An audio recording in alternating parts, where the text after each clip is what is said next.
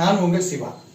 இன்னைக்கு உணவும் உலகமும் நிகழ்ச்சியில் சுவையான சூர மீன் குழம்பு எப்படி செய்யலாம் அப்படிங்கிறத பார்க்கலாம் வாங்க. பாருங்க, ஒரு 1/2 கிலோ சூர மீன் வந்து நல்லா கழுவி சுத்தம் பண்ணி வச்சிருக்கிறேன். இது வந்து பூண்டு இஞ்சும் தனித்தனியாக அரைச்சி வச்சிருக்கிறேன். அப்புறம் வந்து ஒரு 6 பச்சை மிளகாய், அப்புறம் வந்து குழம்பு தூள், இது அதாவது வத்தல் பொடி, மல்லிப்பொடி, அப்புறம் வந்து துவரம்பருப்பு எல்லாமே மிக்ஸ் பண்ணி வச்சுருக்குறோம், உங்களுக்கு தெரியும். அதுக்கு அடுத்தால வந்து இது புளி தண்ணி, கொஞ்சம் புளி கரைசல் எடுத்துருக்குறோம், கருவேப்பிலை எடுத்துருக்குறோம், அப்புறம் தாளிக்கிறதுக்கு கடுகு, எண்ணெய். வாங்க இப்போ சுவையான சூரமீன் குழம்பு எப்படி செய்யலாம் அப்படிங்கிறத பார்க்கலாம். பாருங்க, இப்போ வந்து நம்ம ஒரு மண்சட்டி அடுப்பில் வச்சுருக்கிறோம் குழம்பு வைக்கிறதுக்கு. சட்டி கொஞ்சம் சூடாகட்டும். இப்போ தான் நம்ம வந்து ஸ்டவ் ஆன் பண்ணியிருக்கிறேன். பாத்திரம் சூடாகிடுச்சு. நான் இந்த தேங்காய் எண்ணெயை நல்லா விடுறேன், ஒரு 4 ஸ்பூன் அளவுக்கு. இந்த தேங்காய் கொஞ்சம் நல்லா சூடாகட்டும். இப்போ தீயை வந்து நம்ம தேங்காய் விட்டப்போ தீயை கொஞ்சம் நார்மலான இதில் வச்சு, ரொம்பவும் ஜாஸ்தி வைக்கக்கூடாது. இப்போ நம்ம கடுகு போடுவோம். அதில் கொஞ்சம் எண்ணெய் சூடாகட்டும். இப்போ நான் எண்ணெய் நல்லா சூடாகிடுச்சு. இப்போ இந்த கடுகு நம்ம அதில் போடுவோம். கடுகு கொஞ்சம் நல்லா வெடிக்கட்டும். ஏன்னா இப்போ நம்ம இந்த சூரமீன் குழம்புக்கு தேங்காய் எண்ணெய் எதுக்கு விடுறோம்னா, பொதுவாகவே மீன் குழம்பு வந்து மற்ற எண்ணெய்களை விட நீங்கள் தேங்காய் எண்ணெய் விட்டு செய்யும்போது இப்போ கொஞ்சம் ருசி நல்லா வரும். அதனால தான் எப்போவுமே நம்ம மீன் குழம்பு செய்யும்போது தேங்காய் எண்ணெய் யூஸ் பண்ணுறது. கடுகு நல்லா வெடிச்சிச்சு. இப்போ கருவேப்பிலையை நம்ம போடுவோம்.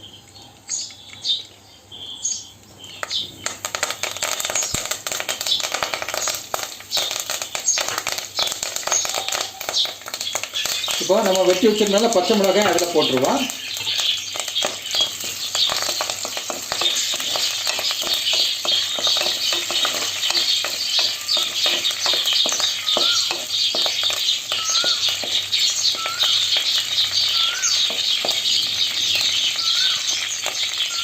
இப்போ வந்து இஞ்சி நம்ம பூண்டே வச்சுருக்கோம், தனித்தனியாக எடுத்து அரைச்சி வச்சுருக்கிறோம், அதையும் போடுவோம்.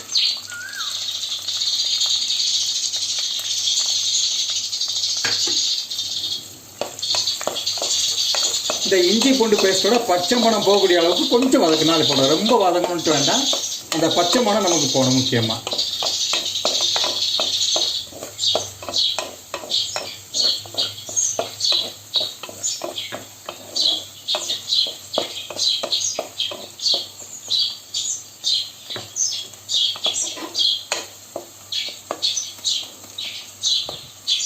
பாருங்க, இப்போ ஓரளவுக்கு நல்லா வதங்கிடுச்சு. இப்போ குழம்பு தூளை நம்ம வந்து போடுவோம். ஒரு சின்ன ஒரு கண்ணாடி கப்பு நிறைய எடுத்துக்கோங்க. இப்போ இது வந்து கொஞ்சம் நல்லா அந்த பச்சை மணம் போகக்கூடிய அளவுக்கு கொஞ்சம் வதக்குவோம்.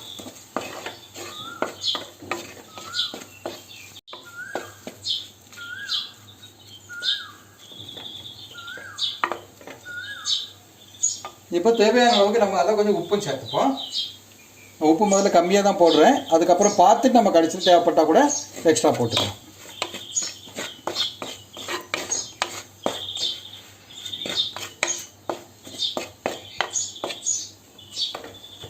இப்போ நான் அந்த புளி தண்ணியை நம்ம கொஞ்சம் வச்சுருக்கோம், அதையும் இதில் விடுவோம்.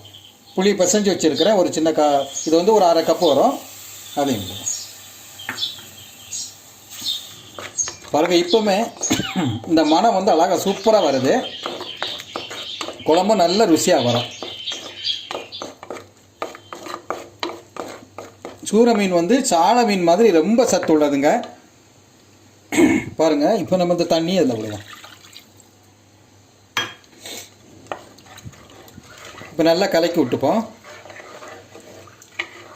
கூட கொஞ்சம் தண்ணி நம்ம முதல்ல ஒரு கப்பு, இப்போ ஒரு 1/2 கப்பு, 1.5 கப்புக்கு தண்ணி சேர்த்துருக்குறோம். அந்த அளவு பாருங்கள். ஒரு 1/4 டீஸ்பூனு பெருங்காயத்தூளை நான் போட்டிருக்கேன், ஏன்னா இது கொஞ்சம் மணத்துக்கு நல்லா இருக்குங்க, அதனால். இப்போ நல்லா கொதித்து வந்துடுச்சு, கொஞ்சம் கலக்கி விட்டுக்கலாம் நம்ம. இப்போ தான் கொதிக்க ஆரம்பிச்சிருக்கு. இன்னும் கொஞ்சம் நல்லா கொதித்த பிறகு தான் நம்ம மீனை போடணும். இன்னும் கொஞ்சம் நேரம் கொதிக்கட்டும். குழம்பு இப்போ நல்லா கொதிச்சிருச்சு. இப்போ நம்ம அந்த மீனை வந்து இதில் அப்படியே போடுவோம். 1/2 கிலோ மீனை நான் எடுத்துருக்கிறேன். 1/2 கிலோ மீனை நம்ம அப்படியே போடுவோம். பாருங்கள்,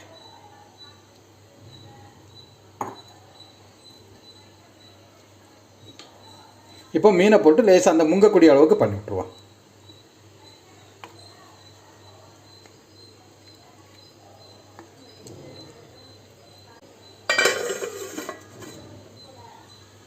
பாருங்கள், மீனை போட்டு நம்ம ஒரு 15 நிமிஷம் அப்படியே வச்சுருந்தோம். இப்போ பாருங்கள், 15 நிமிஷம் கழிச்சு நல்லா வெந்து அப்படி ரெட்டிஸ் ஆகிடுச்சு. இப்போ ஃபைனலாக கொஞ்சம் தேங்காய் எண்ணெயை நம்ம சுற்றி ஊற்றி இறக்கிடலாங்க. சுவையான சூர மீன் குழம்பு ரெடி ஆயிடுச்சு. பாருங்கள், அழகாக வெந்திருக்குது. இப்போ கரண்டி போட்டு நம்ம அதை எடுத்து காட்டுற பாருங்கள். அழகாக வெந்திருக்கு பாருங்கள். இந்த ஆவியில் பாருங்கள், சூடு நல்லா வெந்திருக்குது. பார்த்தீங்களா, நல்லா அந்த பாலமாக வரும் பிச்சை உடனே. சரி, இன்னைக்கு சுவையான தேங்காய் சேர்க்காம சூர மீன் குழம்பு எப்படி செய்யலாம் அப்படிங்கிறத பார்த்தோம். எங்களுடைய சேனல் உங்களுக்கு பிடித்திருக்கும் என்று நம்புகிறோம். உங்களுடைய கருத்துக்களை எங்களுக்கு கமெண்ட் செய்யுங்கள். நாங்கள் அனுப்பக்கூடிய ஒவ்வொரு வீடியோவும் உங்களை வந்து சேரும். நன்றி.